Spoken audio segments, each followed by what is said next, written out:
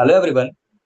आखिर किस तरीके से एक बच्चा जिसने ना तो कभी अपने लाइफ में सोशल मीडिया ऐप बनाए, ना तो कभी वो ज्यादा फेम में आया, ना तो उसने कभी और कुछ ऐसा किया, लेकिन फिर भी वो आज के टाइम पे एक बहुत ही सक्सेसफुल और बहुत ही अमीर आदमी है।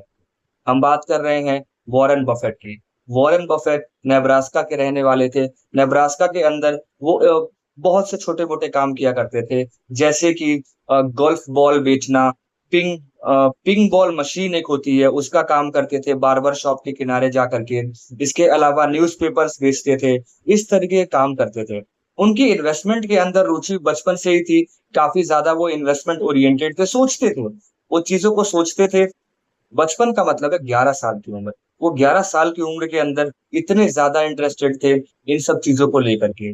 इन्वेस्टमेंट कैसे होती है, हम किस तरीके से काम करें, पैसे से पैसा कैसे बनता है, इन सभी थॉट को लेकर के वो स्टार्टिंग से इंटरेस्टेड थे। जब बाकी के बच्चे कैंडीज़ या टॉय खरीदते थे, वॉरेन बफेट उसी टाइम से ये सब काम शुरू कर चुके थे। इसके सिवा 14 साल की उम्र में एट द एज ऑफ 14 उन्होंने अपना पहला फार्मलैंड खरीदा था।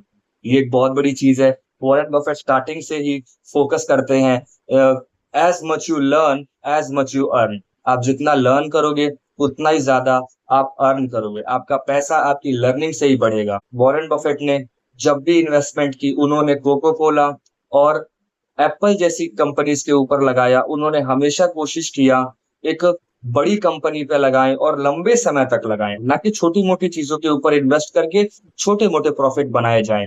उनका मेन फ़ोकस रहा है लॉन्ग टर्म इन्वेस्टमेंट और ऑलवेज़ लर्निंग।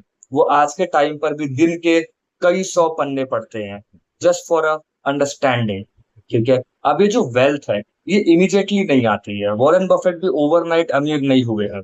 इवन उनकी ज़्यादातर जो वेल्थ हम आज देखते हैं, वो 50 साल की उम्र के बाद आई है। ये कैसे हुआ है? ये पेशेंस से हुआ है और कंटीन्यूअस इन्वेस्टिंग से हुआ है। आप प्रॉपर इन्वेस्ट करिए, बड़ी कंपनियों के अंदर इन्वेस्ट करिए और उन पर एज़ अ ओनर आप बिलीव रखिए।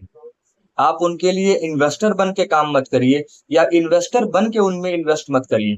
ओनर बन के इन्वेस्ट करिए। उसके बारे में रिसर्च करिए, उनके वर्किंग स्ट्रक्चर को देखिए, अगर आप कुछ गाइडलाइन दे सकते हैं वो दीजिए, है ना? एज़ अ इन्वेस्टर वो आपकी ज़रूर सुनेंगे। इस तरीके से आप काम कर सकते हैं। वॉरेन बफेट की लाइफ को अगर हम देखें, तो सबसे अच्छी चीज़ हमें जो समझ में आती है, वो ये है कि time is good about timing. आपका ये जो वक़्त चल रहा है, इससे बढ़िया टाइमिंग कुछ और नहीं हो सकती। आज शुरू करिए। जो सबसे बेस्ट टाइमिंग अगर हम बात करें, तो 1 साल पहले थी और सेकंड सबसे बेस्ट टाइमिंग वो इस वक़्त है और ये सबसे बड़ी सोच है और ये सबसे बड़ी थिंकिंग है जो वॉरेन बफेट हमें देते हैं। वॉरेन बफेट से हमें सिंपली कुछ बातें पता चलती है। नंबर 1, अपने ऊपर इन्वेस्ट करें, सीखना शुरू करें, अभी शुरू करें और जितना हो सके लर्निंग करें। लंबे स्टॉक्स के ऊपर हाथ रखें, जो भी स्टॉक पे आप इन्वेस्ट करें, उसे लंबे समय तक निभाएँ। वॉरेन बफेट से हमें यही सीख मिलती है कि आप जहाँ भी इन्वेस्ट करें, लॉन्ग टर्म के लिए इन्वेस्ट करें, प्रेस्टीजियस कंपनीज़ के अंदर इन्वेस्ट करें, एक ओनर की यानी एक मालिक की सोच के साथ उसके अंदर इन्वेस्ट करें। कभी भी पैनिक ना करें, कभी भी इमोशनल ट्रेडिंग ना करें कि मार्केट गिर गया तो फटाफट घबरा के बेच देना, मार्केट उठ गया तो एक्साइटमेंट होकर के खरीद लेना। उल्टा आपको इसका उल्टा करना होता है। ऐसी इन्फॉर्मेशन के लिए चैनल को सब्सक्राइब करें।